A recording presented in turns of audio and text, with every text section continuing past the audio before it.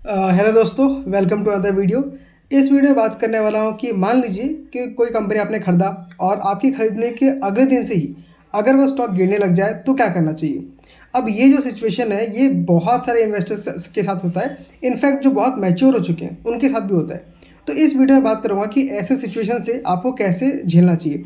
अब नॉर्मली देखिए, अगर आपने कोई भी स्टॉक चूज़ किया और अगले दिन से गिरने लग गया तो बहुत लोग क्या करते हैं, पैनिक करते हैं। उनको समझ में नहीं आता है, वो पहले स्टॉक को बाय करते हैं, उसके बाद देखते हैं कि ये क्यों गिर गया, क्या हो गया, क्या प्रॉब्लम नहीं हुआ। तो अपना एग्जांपल लेके बताता हूँ। अब मैं जो भी वीडियोस बनाता हूँ ज़्यादातर मैं खुद के एग्जांपल से समझाता हूँ। तो रिसेंटली मैंने स्टेलियन फ्लोरोकेमिकल्स बोल के कंपनी को बाय किया है। तो मैंने क्या किया, उसमें लगभग 10,000 के आसपास इन्वेस्ट किया और उसके अगले दिन से ही वो कंटिन्यूसली 5% 5% 5% का लोअर सर्किट लगा रहा है। अब ऐसा सिचुएशन है, मुझे क्या करना चाहिए? तो सिंपल आंसर है, मैं कुछ नहीं करने वाला हूँ, मैं बस वेट एंड वॉच कर रहा हूँ। अब देखिए, ये क्लैरिटी आपके अंदर तभी आएगा जब आपने कंपनी को अच्छे से स्टडी किया होगा। अब कंपनी जो भी काम करती है, जो भी है, वहाँ पे डिस्कस नहीं करने वाला हूँ मैं आपको सिर्फ इतना बोलता हूँ, कंपनी की मैनेजमेंट ये कह रही है कि अगले 5 सालों के अंदर कंपनी अपने प्रॉफिट को 50 करोड़ से 500 करोड़ तक लेके जा सकती है। यानी अकॉर्डिंग टू कंपनी प्रॉफिट उसका 10 गुना हो सकता है। अब मान लीजिए कोई भी कंपनी शेयर मार्केट में अगर प्रॉफिट को 10 गुना करती है तो उसका शेयर भी आराम से 10 गुना, या 10 गुना ना भी हो तो कम से कम 5 गुना तो हो ही जाएगा।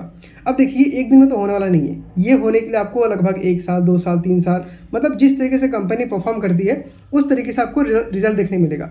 तो अभी Q2 का रिजल्ट आया, Q2 का रिजल्ट बहुत ही अच्छा था, मैनेजमेंट ने गाइडेंस दे दिया। अब उसके बाद स्टॉक में फ्लक्चुएशन अगर होता है और उसमें कोई बहुत बड़ा न्यूज़ निकल के नहीं आया कि कुछ उसके फैक्ट्री जल गया, फैक्ट्री बंद हो गया, या किसी मैनेजमेंट चेंज हो गया, तब तक आपको पैनिक नहीं करना है। वो स्टॉक भले ही 20% गिरे, 30% गिरे।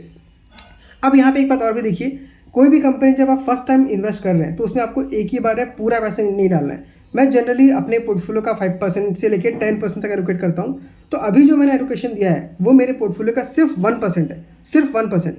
अब देखिए, मेरे बाय करने के बाद कंपनी लगभग 25% गिर गया। आज का 5% अगर देखूँ तो लगभग 25% का डाउनफॉल मेरे को देखने के लिए मिल रहा है। बट मैं पैनिक बिल्कुल भी नहीं कर पा रहा हूँ। बट अगर मैं 5% एक बार में लगाता तो उसका जो डाउनफॉल देखने के लिए मिलता, मुझे बहुत बड़ा डाउनफॉल देखने के लिए मिलता। और उस टाइम पे क्योंकि मैं एवरेज नहीं कर सकता, क्योंकि मेरा लॉ क्या है कि मैं किसी भी कंपनी मैक्स टू मैक्स 5% से 10% लेके जाता हूँ डाइवर्सिफिकेशन करने के लिए। तो मैं उस समय और पैसा ऐड नहीं कर सकता, उल्टा मैं बस बैठे रहता। भले ही मुझे कंपनी कितना पसंद है बट मैं एवरेजिंग करने का फ़ायदा नहीं उठा पाता। बट अब क्योंकि मेरे पास सिर्फ 1% का स्टेक है तो मैं और 4% एक्स्ट्रा ऐड कर सकता हूँ। तो मेरे लिए तो और अच्छा है। अगर कंपनी नीचे मुझे मिलती है तो मैं इसको धीरे धीरे करके एवरेज करते जाऊँगा और Q2 में मैं डिसाइड करूँगा कि कंपनी ने कैसा परफॉर्म किया, मुझे निकलना है कि नहीं निकलना है। तो किसी भी कंपनी में जब इन्वेस्ट करते हैं तो सबसे पहली बात तो खुद का स्टडी कीजिए, कंपनी क्या बोल रही है देखिए, उसके बाद ही उसमें इन्वेस्ट कीजिए।